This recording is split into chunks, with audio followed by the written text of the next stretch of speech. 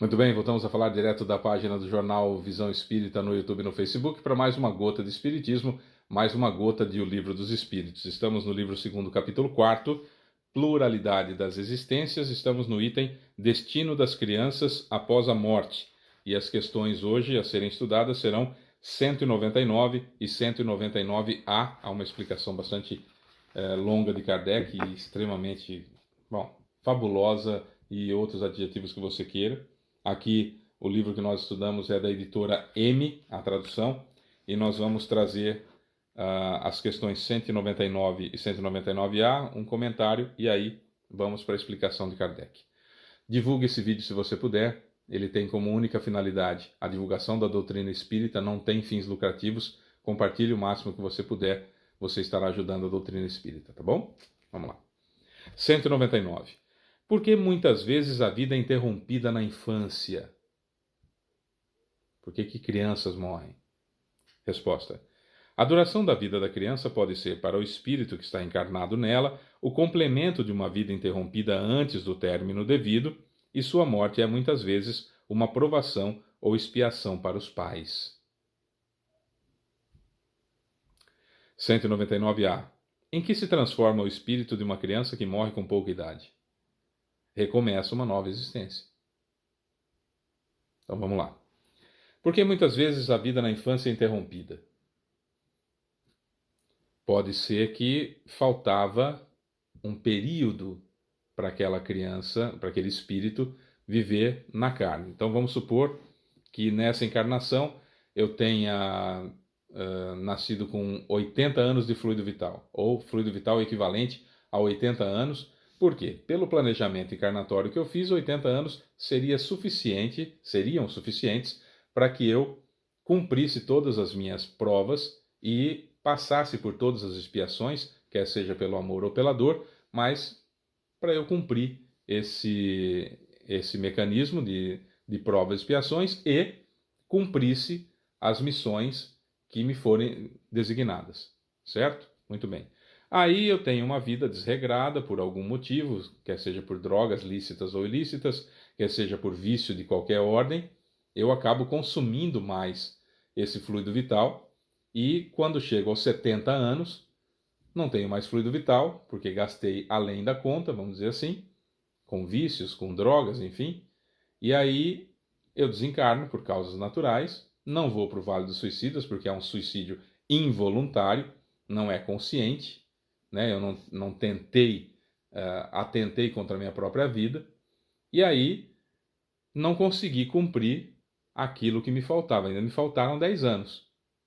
No plano espiritual, eu vou então receber todas as informações da minha vida, o que eu fiz de bom, o que eu não fiz, etc, etc. E aí eu falo, nossa, me faltaram 10 anos.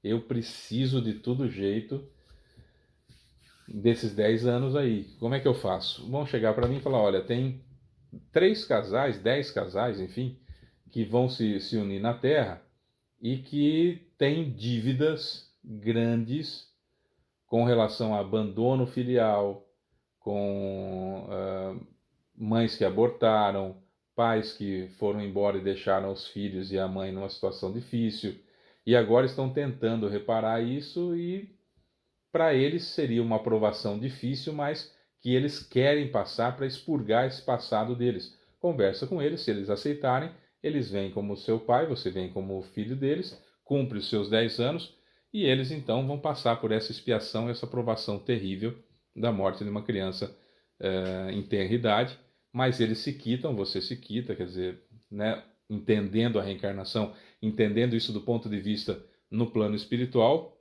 é duro, duríssimo, mas necessário, porque a gente precisa expurgar da gente, tirar da gente essas barbaridades que a gente cometeu em outras encarnações.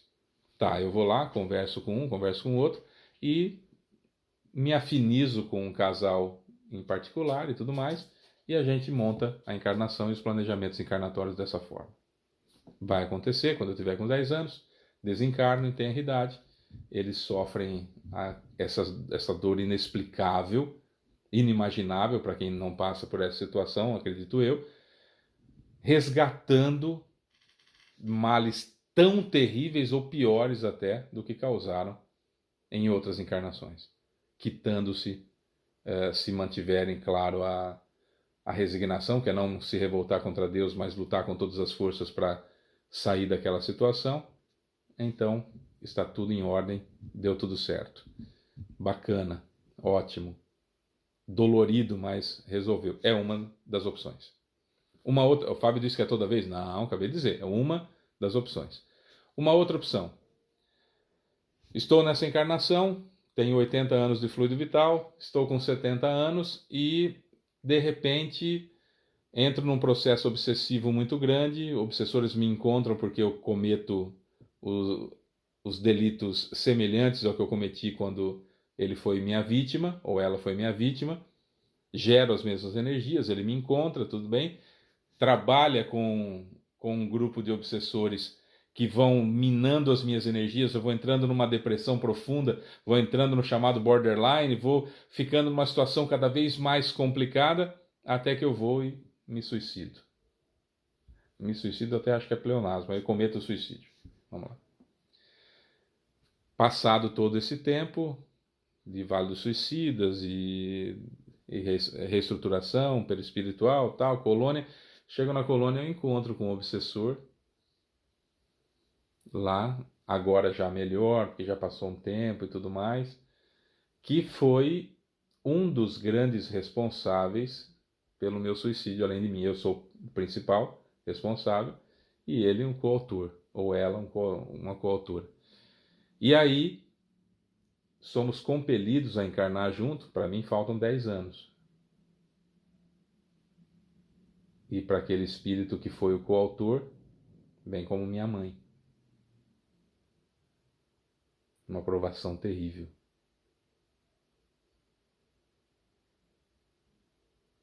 Também é uma possibilidade. Uma outra possibilidade. Gastei o meu fluido vital a mais e desencarnei com 70 anos, era para ir até 80. Chego no plano espiritual e falo, meu Deus do céu, faltava 10 aninhos só. Preciso recuperar isso na próxima encarnação, preciso compartilhar o que eu aprendi, eu preciso ser aquela criança maravilhosa que traz benefícios para minha família. Mas não está difícil de encontrar quem aceita dilacerar o coração. Aí, muito provavelmente, o dirigente da colônia, no caso de Alvorada Nova, seu Caibar Schutel, ele vai chegar para mim e falar assim, Fábio, lembra do fulano e da fulana que já foram seus pais em outras oportunidades, você já foi irmão deles também em outra oportunidade, e que te amam incondicionalmente, que você os ama barbaridade, estão para encarnar. É um amor tão grande, é um amor tão grande que vocês têm, que eu acho que vai dar certo, porque eles estão para reencarnar. Eu vi que eles estão fazendo planejamento encarnatório. Por que você não conversa com eles? Ah, seu Caibar, eu vou conversar com eles o tanto que... Já imaginou a dor que eu vou causar neles? Eles te amam, rapaz. Para o seu bem, eu tenho certeza que eles aceitam dilacerar o coração deles para o seu bem. Porque amor é isso, é quando a gente se entrega, é quando a gente se doa, é quando a gente tira a nossa felicidade, se for preciso, um pedaço da gente para outra pessoa. Isso é amor. Isso é amor. Tá bom, vou falar com eles. Aí, meio sem jeito, vou lá, conversa, tá. E os dois falam, você acha? Lógico, o que você precisar.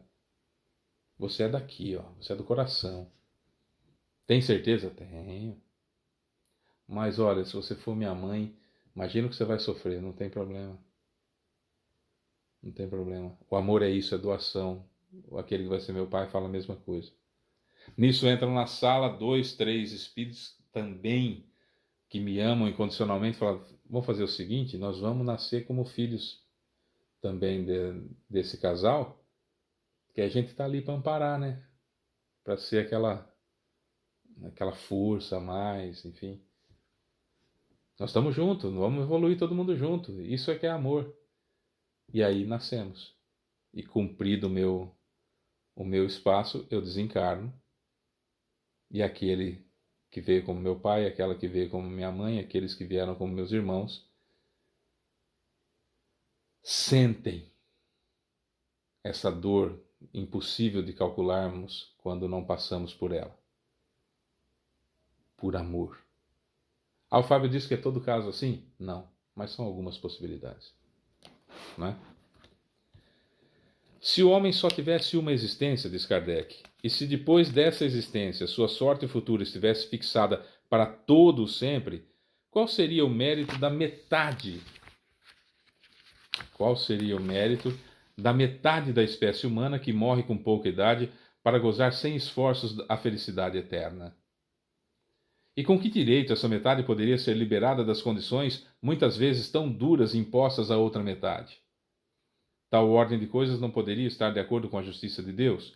Pela reencarnação, a igualdade se estende a todos. O futuro pertence a todos, sem exceção e sem favoritismo. Os que chegam por último só podem culpar a si mesmos. O homem ser humano deve obter o mérito de seus atos, assim como tem a responsabilidade. Além disso, não é racional considerar a infância como um estado normal de inocência. Não se vê em crianças dotadas dos piores instintos numa idade em que a educação não pôde ainda influenciá-las? Não se vê que algumas parecem trazer de nascença a astúcia, a falsidade, a perfídia, o próprio instinto do roubo e do assassínio, e isso apesar dos bons exemplos de que estão rodeadas? A lei civil absolve seus delitos, porque, diz ela, agiram sem discernimento, e tem razão, pois de fato as crianças agem mais instintivamente do que deliberadamente. Mas de onde podem provir esses instintos, tão diferentes entre crianças de mesma idade, criadas nas mesmas condições e submetidas às mesmas influências? De onde vem a perversidade precoce, a não ser da inferioridade do espírito, já que a educação parece em nada influir? Os que são viciosos o são porque seu espírito progrediu menos, e então eles sofrem as consequências não dos seus atos de criança, mas dos de suas existências anteriores, e dessa forma a lei é a mesma para todos e todos são atingidos pela justiça de Deus. Segundo o site Worldometer, Mundo ou Medição, Worldometer,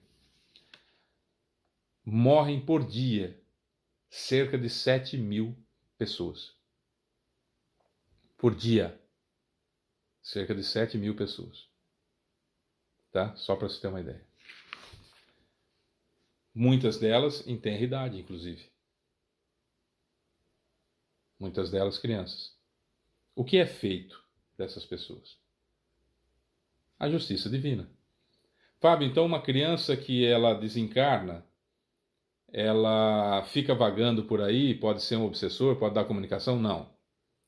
A única diferença com a criança é que, se o espírito que está encarnado como criança, ele tem a forma perispiritual de criança, ele vai ser resgatado imediatamente.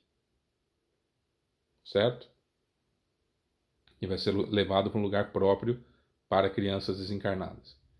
Se o espírito não tem a forma infantil, não foi infantilizado, não foi conformado o perispírito na forma da criança, o espírito está lúcido ali do lado. Quando acontece a morte do corpo físico, é o adulto, é o espírito de outra encarnação que está ali. Ele vai de acordo com a sua consciência manda. Umbral, terra-terra, colônia, vale de viciação A ou B, certo? Ficou bem claro isso? Então, houve a união do perispírito ao grupo de 100 células-tronco lá no útero de minha mãe. Essa aproximação minha, eu continuo como adulto, dando forma para aquele corpinho, e permaneço adulto ali ao lado do meu corpo, e vou aos pouquinhos tomando conta do corpo e tudo mais, sem a miniaturização, desencarnei como criança, eu continuo adulto, certo? Então vai acontecer comigo aquilo que depende da minha consciência, onde minha consciência me levar, de acordo com os meus atos. Não como criança encarnado, mas sim do meu histórico, da minha forma. Se houve a miniaturização, aí eu sou resgatado imediatamente. A tendência, o Fábio disse que todo caso é assim. Não. A tendência é que haja um resgate. Por quê? Porque não deu tempo de fazer ainda algo grave que a consciência acuse para mexer na minha consciência de um certo tanto que eu mude de estágio para umbral, por exemplo. Certo? Agora, se eu já tenho aquelas tendências do roubo, do furto, do assassínio, se sou uma peste em forma de criança e me mantenho adulto ali do lado, transferindo para a criança todos aqueles defeitos graves de caráter que eu tenho, sou eu com defeitos graves de caráter. Então, a morte do corpo físico não me torna belezinha para ser reencarnado, para ser resgatado, desculpa, para ser resgatado, entendeu? Então depende dessa situação. Ah, Fábio, porque em tal lugar sempre tem uma criança que dá a comunicação. Não é. Não é criança. Não é criança. É o espírito se passando por criança. Espírito com muita malícia, com muita inteligência, que consegue moldar o seu perispírito na forma de uma criança para dar comunicação. Não é criança. Não caia nessa situação. Tá? Quando houve a miniaturização do espírito e ele foi em contato com o corpo, foi tomando a forma do corpo físico, e desencarnou como criança, ele é resgatado. Certo? Não fica por aí andando para lá e para cá, ou no umbral da vida para vir dar comunicação, quer seja em qualquer lugar que seja. Não é a criança que está dando comunicação. É um espírito com malícia e com inteligência suficiente para moldar e ideoplasmar o seu perispírito naquela forma infantil para dar comunicação. E aí ele usa a ideoplastia e molda o seu perispírito até para que o médium vidente ou médium de incorporação veja uma criança. Mas não é. Não caia nessa situação. Ah, mas não caia nessa situação. É engodo. Ah, Fábio, mas e se eu refutar essa manifestação e for uma criança mesmo? Ah, só tem você para resgatar a criança, não tem mais ninguém no universo, não tem um espírito no plano espiritual que não esteja olhando aquela situação. E Erasto, no livro dos Médiuns, diz que é preferível negarmos 10 verdades do que aceitar uma mentira. Não caia nessa situação. Não é criança. Certo? Bom, a gente vai falar sobre sexo dos espíritos no vídeo de amanhã. Eu sou Fábio Pereira, essa é mais uma gota de espiritismo. Até amanhã. Beijo pra você que fica, tchau.